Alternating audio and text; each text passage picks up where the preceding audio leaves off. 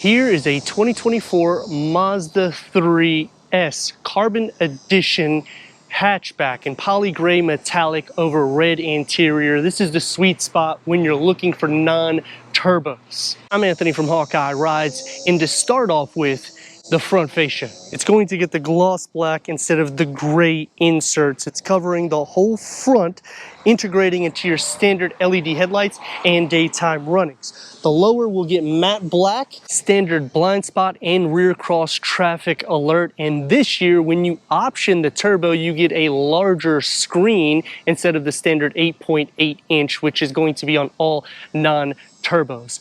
Underneath the hood is going to pack 2.5 liter Sky Active 4-cylinder, producing 191 horsepower because we increased 5 horsepower last year and 186 pound-feet of torque. The nice thing, if you're comparing this against Toyota and Honda, 6-speed automatic transmission is paired with that engine instead of a CVT transmission. With this, you could still use regular fuel, and the carbon gives us these 18-inch gloss black alloy wheels. Going underneath this trim, we'll get a gray 18-inch alloy wheels.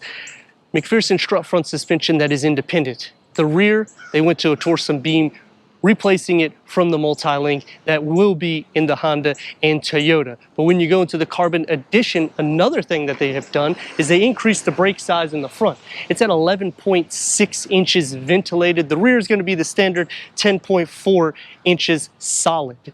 Gloss black is going to be on the side view mirror cap, and you're going to have some chrome touches underneath the window trim, and the side rocker will get the matte black. G-Vectoring Control Plus, the rear gets the gloss black for the roof spoiler that goes into the more aggressive D-pillar for the 3.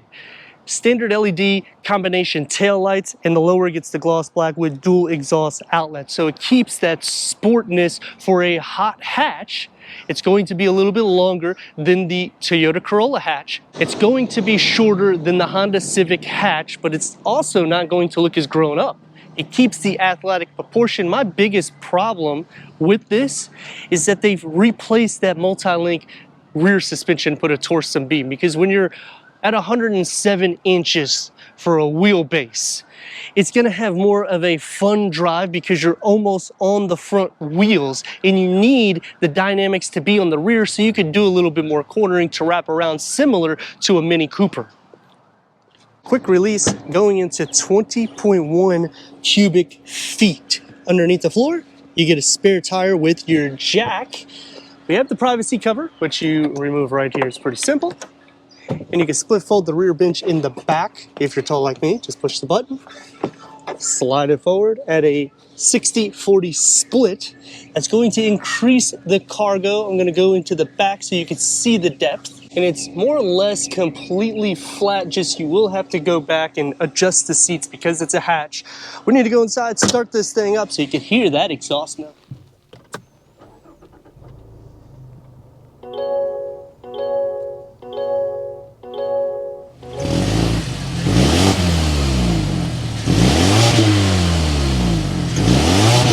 Ten-way power seat adjustment for the driver and heated. That is standard. When you get to this trim, you're going to get the leather that will be implemented.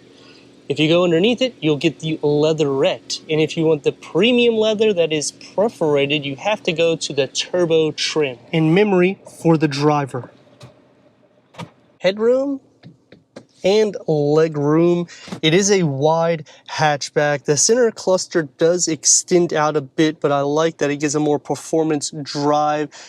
More seamless. The air vents are tucked in. It gives more of an 80s vibe. Dual climate control is standard, and I like the driver cockpit side because everything is just more functional with that 7-inch reader for the gauge cluster that can go through an array of information for the driver, including different settings and your adaptive cruise control with lane keep assist. It's a leather wrapped steering wheel,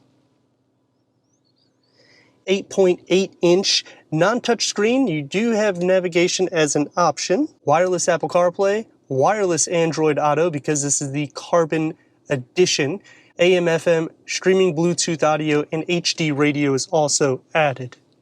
Put it into reverse and you'll get about 4 inches of a screen. The lines do not expand when you turn the wheel. going into a QI wireless charging pad and a key fob for the Mazda 3 hatchback.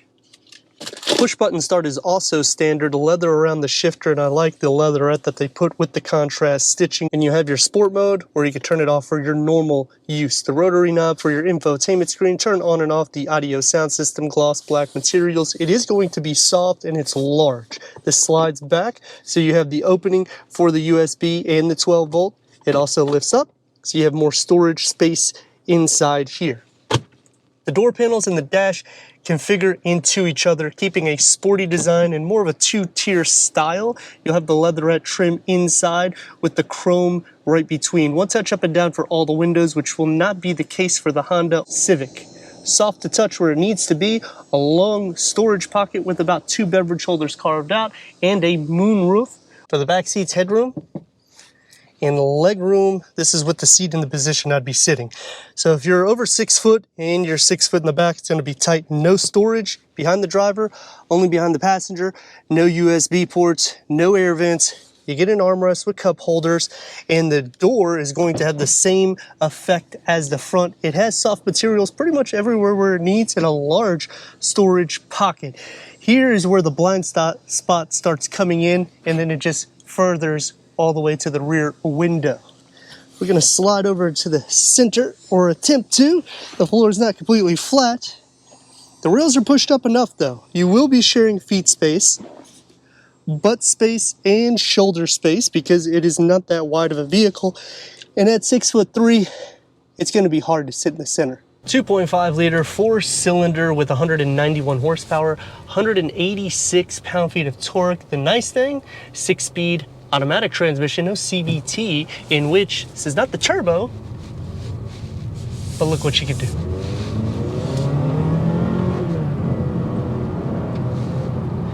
Obviously engage it in sport mode, so that way you can play with the vehicle a little bit more so. It will make the RPMs a little bit more lively, in which it will stay around 2.5-ish all the time. When you put it into normal, it will drop significantly, and then you're sipping fuel. 5.5 inches of clearance. This is one of the best for hatchbacks. Just a torque and beam when you're taking curvy roads or you're trying to do any dynamic driving, meaning a little bit more sporty. It can be a little bit more tight because there's not really any movement in the rear. And another thing about the torsion beam, which I'm going to illustrate right here, is in the parking lot when you are going over speed bumps. It's not going to be as smooth as a fully independent rear suspension, but when you're at a $30,000-ish price point, you are still getting a pretty significant amount of value inside the Mazda 3 hatch. Especially if you go to the turbo, then you are unlocking 250 horsepower. This thing weighs like a feather, so it's fast. And I mean, check it out. There we go.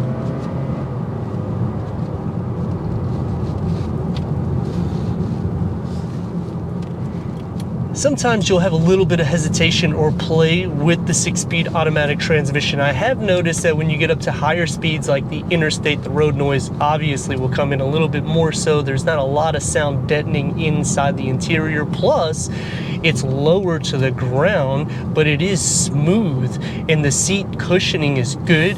The armrest cushion on both sides is excellent. It's actually the best in class compared to all of the rivals, and everywhere that you touch, you're going to feel more premium materials opposed to a Honda and Toyota. It puts it, I would say, above Buick also, even though Buick has stepped up the notch heavily. The biggest difference there is they only make an SUV. They don't make a hatchback. It's going to take me to some pros and cons. We're going to start off with the pros. When you get into the Carbon Edition, you're getting pretty much every feature that you need without the turbocharge, and you're also getting everything wirelessly, even a wireless charging pad. If you go underneath this trim, you're going to start losing things like the iActive all-wheel drive, the leather seating, and a lot of the amenities like wireless Android Auto or a QI wireless charging pad. Standard amenities though, with blind spot monitoring and rear cross traffic alert, that's actually really good, because when you get into Toyota, you usually have to add packages on a base trim. Here, you can get it on a base trim without adding packages to get that. Some cons about the vehicle: besides the suspension setup, the back seat is going to be the most tight, but you get the most storage in the door pocket. The Corolla only gives you a bottle holder. This will have the most blind spots, but blind spot monitoring is standard, so it is kind of hard to complain about that. You don't sit too low to the ground, but the way it rides, it feels lower than all of the rivals, which for me, it just makes it feel more aggressive and sporty, but for some people, they would say that's a disadvantage. The biggest problem I see with the infotainment, besides you not getting the large screen only in the turbo, is when you put it into reverse, you only have about 4 inches of the screen that's covering for your reverse camera, in which it makes more blind spots when you're reversing, because people tend to look at that instead of turning their head to see where they're going. Because Mazda uses more premium materials throughout the car, it puts it in the same segment as Acura and Infiniti.